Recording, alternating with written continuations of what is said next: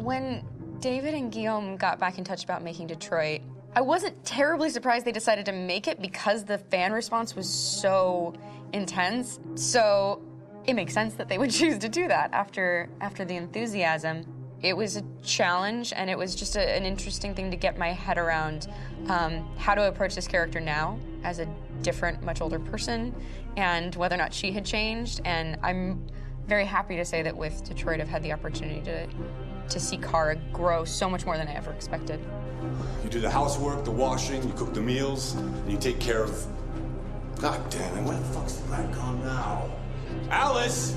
Alice! I mean, she starts out essentially how she does in Kara in a very, not robotic, but, you know, android, other way, and getting to take this journey where she becomes more and more human as it goes on. You know, and as an actor, that's a wonderful exploration in every way, whether it's how she sits, her posture, how her voice changes, how emotions change, and how much emotion is based on things like empathy and social experience. And so having, you know, as much material as I got with David to have this huge, nuanced arc was really incredible. Why couldn't we just be happy? This experience has been quite different than the experiences I've had shooting film or TV or doing theater work. I have 83 dots on my face and, you know, really flattering black wetsuit type thing, and you're jumping around with props, and it's kind of like being a 10-year-old imaginative kid, which is fun. There's 80 cameras around us. It's already lit.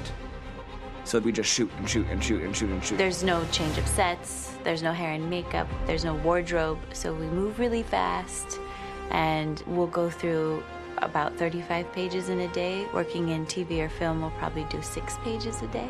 It's kind of acting boot camp. It's like working out constantly. I mean, you're doing this thing, and then you got to do something that's completely other back to back to back. And so that kind of process of working is very challenging, but it's also very exciting because you just have to keep coming up with new ideas, and your head goes all over the place because you're trying to keep track of basically 4 different storylines for each different response. You shot that girl, for fuck's sake. It was a machine that looked like a girl. Yeah, I know what I should have done. I just told you I couldn't. All right, I'm sorry. The fact that David Cade, he's telling like many stories interwoven from beginning to end is super complicated and super impressive, and I have no idea how he keeps it all in his head. He's not just the writer or the director who's seeing this from the outside eye, he's also thinking about the player walking through this space. You know, only somebody who really, really loves not the work, but like these characters and these stories and cares about doing something meaningful would invest that much in it. And it's always inspiring to work with somebody who cares that much. My experience with motion capture is this one.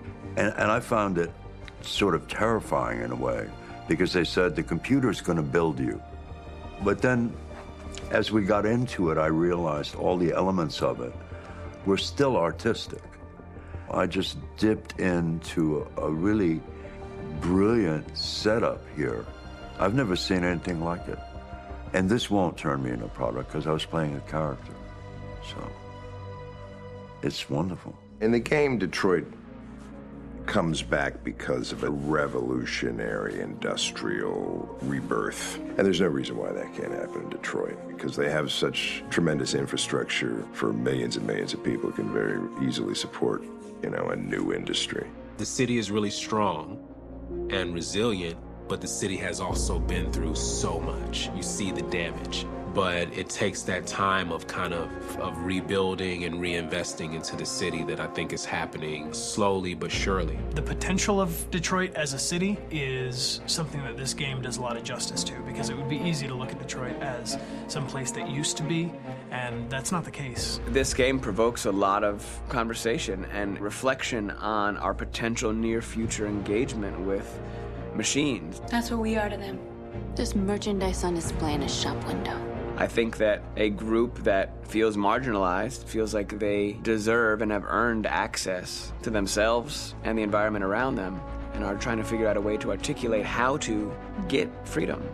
What was I designed to be? Their slave? Their toy?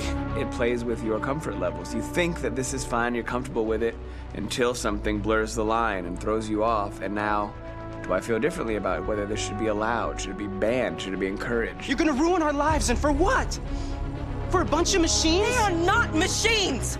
They are alive! I'm alive! You're alive! They're nothing!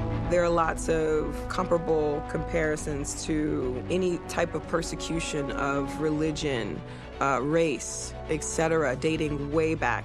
It can't just be a video game where you shoot them up or where people make these choices to do whatever. I think that's the whole point. You have the choice, and you can either choose to go in one direction with your character or another.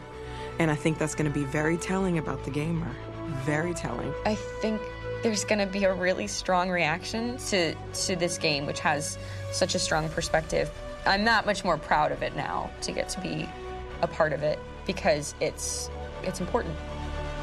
In this game, you're actively building and designing the character through not just what kind of shield does he have or what color hair does she have, but like their temperament and the way they deal with problems. The different endings to this game are so radically different based off maybe seemingly insignificant choices in the moment, but like life, they all add up. And can't play life again, though.